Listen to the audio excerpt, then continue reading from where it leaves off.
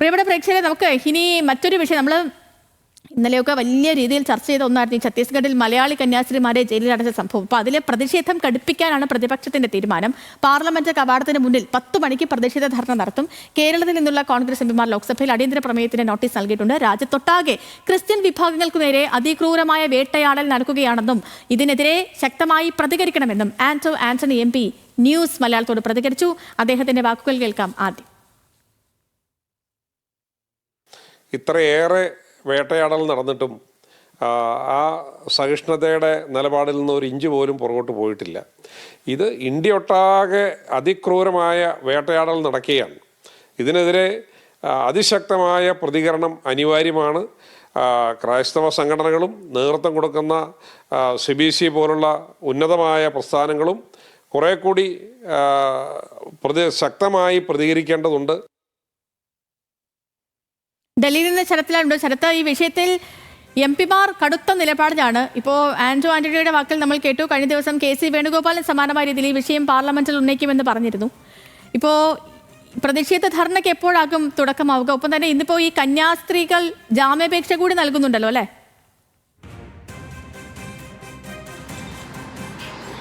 Good morning Sethulakshmi. കന്യാസ്ത്രീകളുടെ ജാമ്യാപേക്ഷ ഇന്ന് 10 മണിയോട് കൂടിയിട്ട് ഛത്തീസ്ഗഡിലെ കോടതി പരിഗണിക്കും. മനുഷ്യക്കടത്ത് ഉള്ള വകുപ്പ് ചേർത്തതിനാൽ ജാമ്യം ലഭിക്കുമോ എന്ന കാര്യത്തിൽ സംശയം സഭാ നേതൃത്വത്തിലെ ചില അഡ്വക്കേറ്റുമാർ അല്ലെ അഭിഭാഷകർ പ്രകടിപ്പിച്ചിട്ടുണ്ട്. ഏതായാലും ജാമ്യം ലഭിക്കുമെന്ന പ്രതീക്ഷയിലാണ് CBCI നേതൃത്വം. അതേപോലെ പാർലമെന്റിൽ കടുത്ത പ്രതിഷേധത്തിനാണ് പ്രതിപക്ഷം ഒരുക്കം കൂട്ടുന്നത്. പാർലമെന്റ് കവാടത്തിൽ കേരളത്തിൽ നിന്നുള്ള MPമാർ UDF MPമാർ 10 മണിക്ക് പ്രതിഷേധം ധർണ നടത്തും. KC വേണുഗോപാൽ, പ്രിയങ്ക ഗാന്ധി അടക്കമുള്ള വ്യക്തികൾ പങ്കെടുക്കുമെന്നാണ് ലഭിക്കുന്ന വിവരം.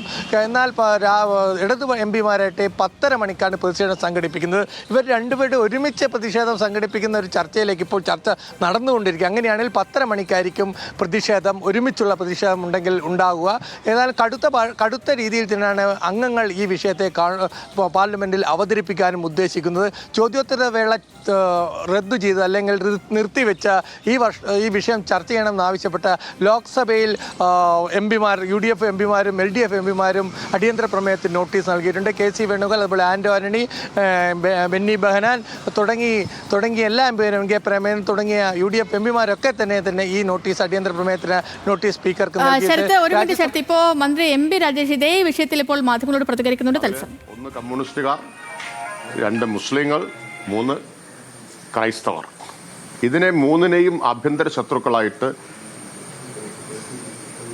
രേഖപ്പെടുത്തിയിട്ടുള്ളവരാണ് സംഘപരിവാർ. ആ ആഭ്യന്തര ശത്രുക്കളെ വേട്ടയാടിക്കൊണ്ടിരിക്കുകയാണ്. അതിപ്പോഴും മനസ്സിലാവാത്തവർക്ക് ഈ സംഭവം അവരുടെ കണ്ണ് തുറപ്പിക്കുമെന്ന് വിചാരിക്കുന്നു. ഉറങ്ങുന്നവരെ മാത്രമേ ഉണർത്താൻ പറ്റൂ, ഉറക്കം നടിക്കുന്നവരെ ഉണർത്താൻ പറ്റില്ല. ഇതെല്ലാം കണ്ടിട്ടും സംഘപരിവാറിനെ രക്ഷകരായിട്ട് കരുതുന്നവരുണ്ടെങ്കിൽ അവരെ സൂക്ഷിക്കണം. ചില മുതിർന്ന നേതാക്കളുടെ പ്രതികരണത്തോടുകൂടി ക്യാപിറ്റൽ പണിഷ്മെന്റ് വീണ്ടും ചർച്ചയായിട്ടുണ്ട്. അത്തരം കാര്യങ്ങളെല്ലാം പാർട്ടി സംസ്ഥാന സെക്രട്ടറി പറഞ്ഞിട്ടുള്ളതാണ്. ശരി, ശരത്ത് തുടർന്നോളൂ. ഇപ്പൊ ഈ വിഷയത്തിൽ മന്ത്രി MP രാജേഷിന്റെ പ്രതികരണം വന്നതുകൊണ്ടാണ് ഞാൻ ശരത്തിൽ നിന്നും അതിലേക്ക് പോയത്. ശരത്തിന് തുടരാം.